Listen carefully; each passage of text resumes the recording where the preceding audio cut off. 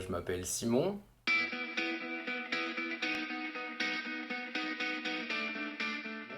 Je suis quelqu'un d'assez jovial, très peu de problèmes. Je suis avenant, j'aime bien mon métier, j'aime bien tout ce que je fais. J'ai de bons rapports avec la vie. J'ai appris l'amour parce que mes parents ils sont restés ensemble pendant 30 ans. J'ai appris ce que c'était que d'aimer vraiment. Ils étaient beaux, j'ai appris beaucoup de choses. J'ai appris de mon père la force de ne pas s'apitoyer sur le moindre problème. Il m'a donné beaucoup de force. J'ai appris à me débrouiller tout seul, à être moi-même, à ne pas être dépendant de personne. Je suis dépendant de moi-même. Je suis dépendant de moi-même, de ma force et de mon caractère. Et ma mère, elle m'a donné beaucoup d'amour et ça, c'est que ça permet beaucoup de choses. Parce qu'on sait que derrière, il y a une lumière qui est extraordinaire. Mais il faut quand même être fort. Il faut quand même être fort. Aujourd'hui, je peux dire que je me cherche encore à savoir un peu qui je suis, tout ça. Mais à une époque, je me cherchais vraiment beaucoup, quoi. Je ne savais vraiment pas où mettre les pieds. Aujourd'hui, je pourrais dire un peu vers si ça me. Peut-être que ça me ressemble un peu plus de faire ça. Tout ce que je veux, moi, c'est vivre. C'est être heureux et faire de bonnes choses. Être riche, c'est savoir quand on a assez. Et moi, j'ai assez. J'ai vraiment assez. Je n'ai pas besoin de plus. La fainéantise. La fainéantise, un peu, je pense. J'ai pas envie de faire les choses, mais j'ai envie de rien faire. J'ai jamais envie de rien faire. Mais une fois que je fais les choses, là, je le fais et au final, je suis assez content de l'avoir fait. Mais je suis extrêmement feignant parce que je ne veux rien faire. C'est terrible. Avec les gens que j'aime, j'ai oublié très vite tout ce qu'ils avaient fait pour moi. J'ai oublié très vite le passé, j'ai oublié très vite beaucoup de choses et j'ai été mauvais parce que moi, j'étais pas bien. Je m'en suis excusé plus tard, mais on peut très vite devenir mauvais quand on a plus trop de. On sait plus sur quel pied danser, quoi. J'ai eu des moments dans ma vie où je pense, je sais pas, j'étais perdu et je me disais que ça allait rester comme ça toute ma vie, quoi, et que j'allais rester un benet enfermé dans une chambre pendant longtemps. Je sais pas, j'ai été très méchant avec les gens que j'aime. Au malheur des autres. Les gens qui sont incapables de surmonter leurs épreuves et on peut rien faire pour eux, c'est à eux de le faire tout seul. Ça me fait beaucoup de peine de voir des gens qui appellent au secours et qui n'ont jamais d'aide, mais la meilleure des aides qu'ils peuvent avoir, c'est la leur. La peur d'être seul, je pense. Finir seul, c'est compliqué. Aujourd'hui, je l'ai accepté, je me bats mieux avec, mais je pense que la solitude, c'était quelque chose de compliqué. Parce que je peux très vite m'enfermer tout seul et rester seul. Vraiment. Volontairement. Parce que face à soi-même, il n'y a plus rien d'autre qui nous entoure. Même la vie n'est plus là. La vie n'est plus là. On perçoit plus les mêmes beautés. Hmm. Compliqué. Ouais, je pense que la solitude, ça a été compliqué dans ma vie. Il y a des moments où je me suis retrouvé seul. Des moments simples. La fête, être à la limite de la bêtise, mais toujours dans le respect. Et ça me rend heureux. Ça me rend heureux. Qu'on soit tous très bêtes, à la fois très bêtes et très intelligents. C'est quelque chose que j'aime énormément. Et quant à ma soeur, enfin, Nana, donc du coup, peu importe si jamais demain j'ai des problèmes, quand je la vois, quand je prends soin d'elle, quand je passe un moment où elle rigole point à rien, ça signifie tout pour moi, c'est que c'est elle qui a raison. C'est elle qui a raison de ne pas comprendre ce qui l'entoure. Et je pense que Nana a cette force-là, c'est qu'elle ne se rend pas compte du monde qui l'entoure, et donc elle est toujours souriante, toujours pleine de vie et toujours dans le bonheur, quoi. Ouais. Le syndrome de Turner, je crois que ça n'arrive qu'aux femmes, sans dire de bêtises. C'est un cas assez rare, et c'est quelque chose qui l'empêche à elle de grandir comme elle grandirait normalement, quoi. Que ce soit physiquement ou psychologiquement.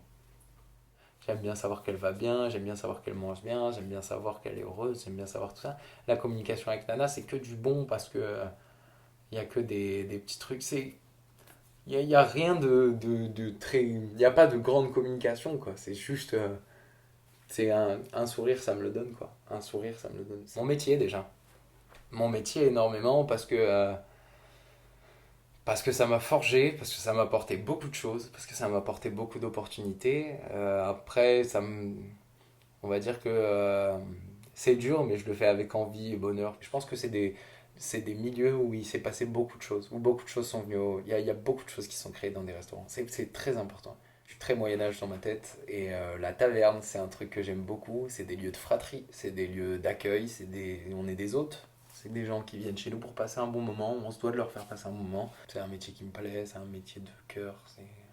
Et à côté, je suis très fan de cinéma, que ce soit dans toutes ses coutures, un peu, même les séries, même on va dire surtout les mangas, beaucoup de choses. L'art japonais, c'est quelque chose qui me parle énormément, que ce soit dans la culture, dans plein de choses. Je sais pas, j'ai toujours eu un attrait pour ça. Je sais même pas comment l'expliquer, mais les dessins, la mythologie, plein de choses dans l'art japonais me parlent. Les arts de table, même le côté yakuza, les principes, le fait d'être fou au point de...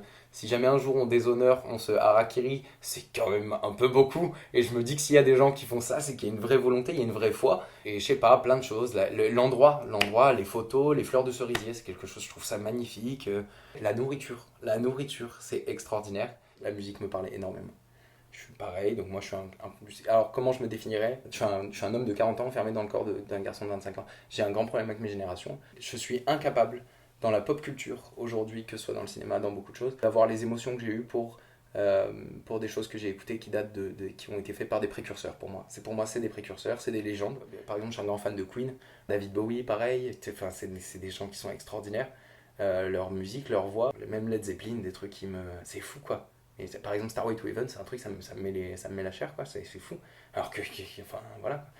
Alors que rien aujourd'hui, dans tout ce que mes amis ou dans tout ce que mon entourage écoute, ne me ferait tresser les poils comme ça. Et je pense que, ouais, j'ai ce côté où je suis très vieux jeu, je suis très très vieux jeu. Je suis un peu un vieux con des fois, ouais. J'écris un peu, parce que ça me plaît beaucoup, parce qu'il y a des choses très personnelles, parce que au départ, j'écrivais parce que je me disais quand je serai plus grand, je voudrais me rappeler de mon état d'esprit à ce moment-là, pour savoir un peu comment ça va plus tard, quoi. Et au final, je relis et je me dis que rien n'a changé. Rien n'a changé. Euh, Sauf que il y a des choses pour moi aujourd'hui et que j'ai compris plus tard qui n'avaient pas d'impact en fait dans la vie. Qui n'avaient pas d'impact, qui n'en auront jamais. C'est des choses qui n'ont pas d'impact. Les malheurs que j'ai eu dans ma vie, c'est des choses qui n'ont aucun impact plus tard. J'ai l'impression que des fois j'arrive à parler de choses dont j'arriverai pas à parler comme ça. Je pense. Des théories, des trucs. Et quand en fait, c'est surtout quand ça me reste dans la tête, je sais pas où le mettre. Alors il faut que je l'écris. Et quand c'est important, je sens que c'est important. Je sens que c'est important. Alors je l'écris et je le pose. C'est pas fait pour être lu par quelqu'un d'autre, c'est fait pour être lu par moi. C'est personnel. C'est de la création, oui. C'est de la création, oui, mais c'est un but que personnel. C'est pas fait pour être. C'est pas fait pour être public. C'est pas fait pour que quelqu'un puisse avoir un avis là-dessus. C'est impossible qu'il ait un avis là-dessus. Le je m'en foutisme. Le je m'en foutisme. C'est une force. C'est une force. Je, suis très, je peux être très stoïque, comme je peux être extrêmement expressif. Mais avant tout, je pense qu'il y a très peu de choses aujourd'hui qui peuvent m'atteindre, personnellement. Ne pas être touché par tous les mélodrames, tout ce qui peut faire du mal, la méchanceté, le fait de vouloir être mauvais, le fait de vouloir être trop bon aussi, hein, parce qu'être trop bon c'est compliqué, et c'est quelque chose qui peut pourrir les gens. Je pense que ouais, ma plus grande force psychologique c'est le stoïcisme, c'est le fait de ne pas être atteint par le mal.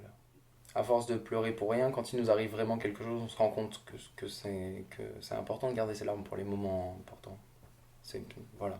Il y a des moments où c'est justifié de pleurer. Il y a des moments où ça l'est pas. Mais par exemple, à une époque où j'aurais pu pleurer pour tout et n'importe quoi, aujourd'hui, je pense que je pleure pour plus rien, quoi. Les verser une larme pour moi, ça fait des années que ça n'existe plus, quoi. C'est compliqué parce que des fois parce que j'aimerais retrouver ça, parce que l'hypersensibilité c'est quelque chose de beau, c'est un amour qui est réel, et je sais pas. Je pense que ça me manque des fois, comme des fois je me dis que c'est une force. Bah, le je m'en foutisme, hein. C'est là où je m'entends le mieux avec les gens, hein. C'est les gens qui s'en foutent de tout. C'est les gens avec qui je m'entends plus ou moins bien, ouais. C'est plutôt sympa. J'aime bien qu'on ne pas être obligé d'être toujours dans une thématique ou toujours être dans un.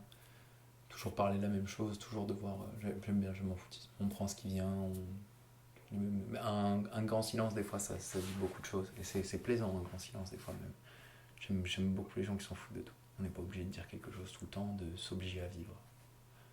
La psychorigidité. Les gens qui sont psychorigides, j'aime bien. Moi, ça me dérange pas. Les gens qui ont besoin de tout remettre à leur place. Non, faut pas mettre. Alors, par exemple, moi, faut pas mettre les chaussures sur le tapis de bain. Faut que tout soit rangé très. Ça me fait beaucoup rire. Mais ça me dérange pas du tout. Ouais, la psychorigidité, j'aime beaucoup. Ça me dérange pas. C'est un défaut qui me dérange pas du tout. Parce que c'est aussi une qualité d'un côté, hein. Mais la sincérité. Être sincère. être mais vraiment sincère. C'est pareil que l'amour. Je pense qu'il y a un grand rapprochement entre l'amour et l'amitié. C'est que mes frères, je les aime. Je les aime profondément. C'est le même sentiment que l'amour, c'est vouloir le bien dans la vie de l'autre et que l'autre veuille le bien dans notre vie à nous. Et derrière, il y a aussi ce côté, il y a une sincérité. Si jamais demain je fais quelque chose de mal, je veux qu'on me le dise. Je veux qu'on me le dise. Si jamais c'est mal vu, je veux qu'on me le dise. C'est important. La sincérité, ouais. L'amour. L'amour, la famille. L'amour, la famille, le sourire. Un sourire, ça a de la valeur. Le bien-être, des petits moments, la vie a de la valeur. La vie a de la valeur. Beaucoup- il y a beaucoup de choses qui ont de la valeur, je pense. Pour le côté très Hakuna Matata, quoi. Voilà, le côté très la vie est belle et il y a toujours une elle est vraie cette histoire dans la vie en fait. Je pense que c'est vrai, mais je pense que il y a des gens qui se le refusent en fait. Il y a des gens qui se donnent pas le droit de vivre tranquillement et sereinement. Je pense qu'il y a des gens qui se donnent pas le droit de tout ça.